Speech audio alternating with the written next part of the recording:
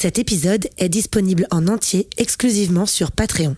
Pour l'écouter en intégralité, vous pouvez vous abonner au palier de votre choix.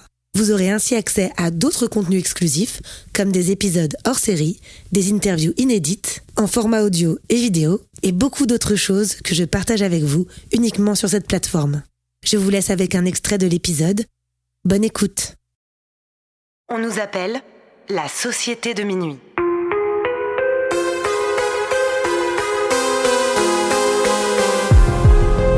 Séparément, on pourrait croire que nous sommes tous très différents les uns des autres. Nos passions, nos vies et nos histoires sont différentes. Nous ne fréquentons pas les mêmes écoles, ni les mêmes quartiers. La seule chose qui nous réunit, c'est d'avoir touché du doigt le surnaturel. Nous avons alors décidé de nous rassembler pour partager nos peurs, nos histoires bizarres et effrayantes.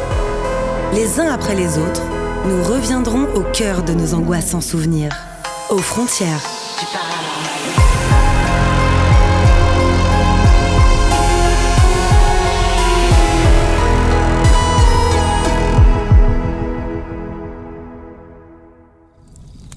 Si vous écoutez cet enregistrement, c'est bien parce que, vous aussi, vous partagez cette fascination pour l'étrange.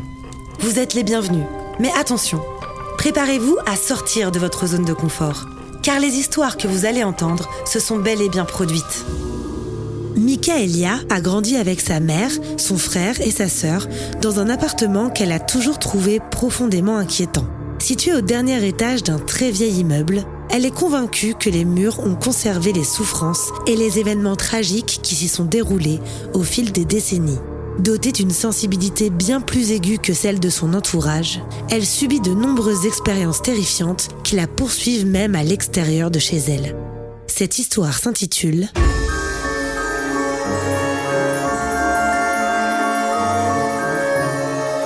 Je ne suis pas folle ».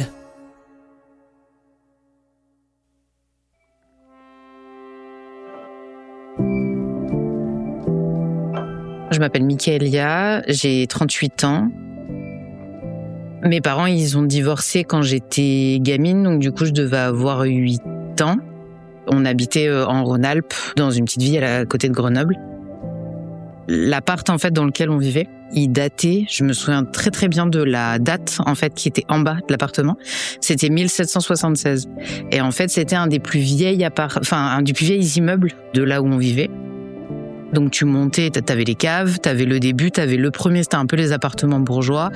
Le deuxième, c'était un peu les cuisines, tout ça. Et le troisième, on était sur les chambres de bonne. Et le dernier, les greniers. Et nous, on habitait vraiment au dernier. La toute première apparition dont moi je me souviens, j'étais gamine. On était 3 gamins et en fait, il y avait ma chambre qui avait une fenêtre. Et en fait, il y avait la chambre de mon frère de l'autre côté avec une alcôve. Donc en fait, ils avaient fait un trou pour que mon frère puisse avoir un peu de lumière. Je me souviens d'être dans mon lit et de vraiment ressentir comme si quelqu'un en fait me regardait et me retournait et voir ce trou et me dire mon frère est en train de me faire une blague bizarre et je voyais une main qui commençait à monter. Je me souviens de m'être dit il y a quelque chose de bizarre qui se passe. En fait, j'ai capté que c'était pas mon frère, j'ai capté qu'il était pas dans sa chambre et je reconnaissais pas le bras de mon frère. Je crois que j'ai appelé, il m'a pas répondu et que normalement il me répondait et en fait j'ai eu peur et je me souviens de m'être dit c'est pas grave. Être rentrée dans mon lit pour me cacher sous la couette et que ça s'est arrêté. C'était la toute première apparition. J'étais vraiment gamine. J'étais petite, donc je regardais pas des films d'horreur. J'avais pas le cerveau, en fait, qui maintenant, justement, je pense, pour les enfants, peuvent être hyper difficiles, et même pour nous, parce qu'on a plus peur du paranormal, je trouve, depuis qu'il y a des franchises comme Conjuring, tout ça. Parce qu'en fait, forcément, ça nous pète un peu le cerveau. Dès qu'on voit quelque chose, une ombre noire, on se dit, oh mon Dieu, c'est un fantôme, alors que non, c'est un manteau. Après, ça va être plutôt calme pendant quelques années, je dirais 5 ans, et c'est après que ça va recommencer. C'est un vendredi soir, je dois avoir 12-13 ans, mon frère en a 18. C'est un gars qui fait de la muscu, tout ça, c'est un mec viril en fait. Et là, moi ce que j'ai vu, ça a été un enfant qui se décompose, tellement il a eu peur. On est avec ma mère en train de regarder la télé dans le salon. Il y avait une espèce de porte qui ramenait aux chambres, et là en fait je vois la porte qui s'ouvre, et je vois mon frère arriver livide. Mais vraiment, lit vide. Et donc forcément, moi, je me retourne, je fais qu'est-ce qu'il y a ? Et en fait, il arrivait même pas à parler. Et en fait, je me sens qu'il reste debout, il nous regarde et il dit je viens de voir quelque chose. C'était une petite fille qui devait avoir la taille de moi à l'époque, tu vois, donc il devait faire 1m50, quelque chose dans le genre, qui m'a regardé dans le couloir et qui m'a demandé de l'aide. À ce moment-là, la porte s'ouvre. Il y a un vent d'air froid qui nous glace, qui traverse mon frère, ma mère qui a le réflexe, comme moi petite, de se mettre sous la couette parce qu'elle était avec un plaid sur elle, moi qui en fait commence à avoir peur, et là, la lumière qui éclate.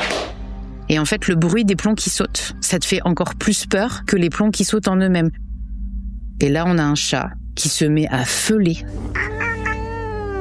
Mais comme jamais, avec, tu sais, le... genre vraiment le...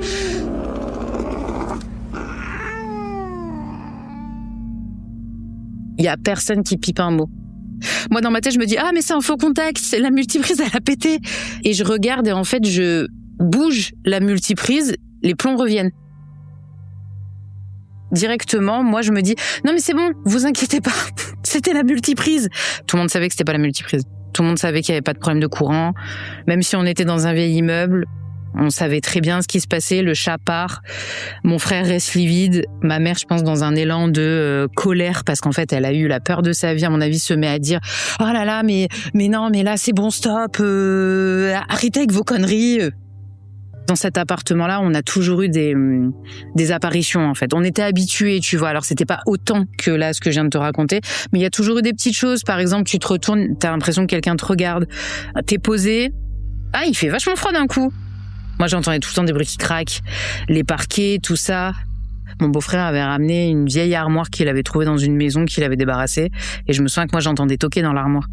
Mais je mettais ça sur le compte de ah, mais c'est une vieille maison. En fait, t'essayes toujours de relativiser comme tu peux. Tu te dis, c'est dans ma tête, alors que, en fait, c'est tout le temps. C'est tout le temps. C'est tout le temps. Donc, c'était pas possible pour moi. Je pense que je ne voulais pas accepter. Puis un jour, j'ai pas eu le choix. Parce qu'en fait, là, vraiment, ça devenait trop.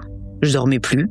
Je me souviens être avec ma mère et en fait, lui dire, j'en peux plus. J'en peux plus de ce que j'entends. Et elle me disait, mais t'entends quoi ? J'ai l'impression d'entendre plusieurs personnes qui parlent en même temps. Donc là, forcément, elle, en tant que maman aussi, commence à avoir un peu peur.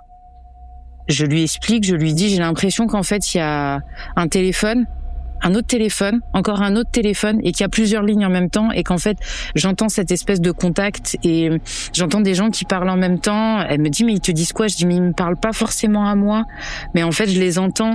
Et je me souviens de lui dire, maman, j'ai peur.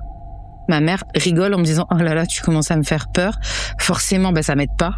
Et en fait, je lui dis, mais il faut m'aider parce que là, c'est pas possible. Je me souviens qu'elle me dit, je pense qu'il faudrait que t'en parles pas. Parce qu'en fait, si t'en parles, on va te faire interner. Elle rejette pas ce que je suis en train de vivre, mais elle me dit clairement, n'en parle pas. Faut savoir que dans ma famille en plus, mais comme malheureusement dans beaucoup de familles, moi j'avais mon grand-père qui du coup avait une maladie, la schizophrénie. Donc longtemps, je me disais je suis folle. La suite de cet épisode est disponible sur Patreon.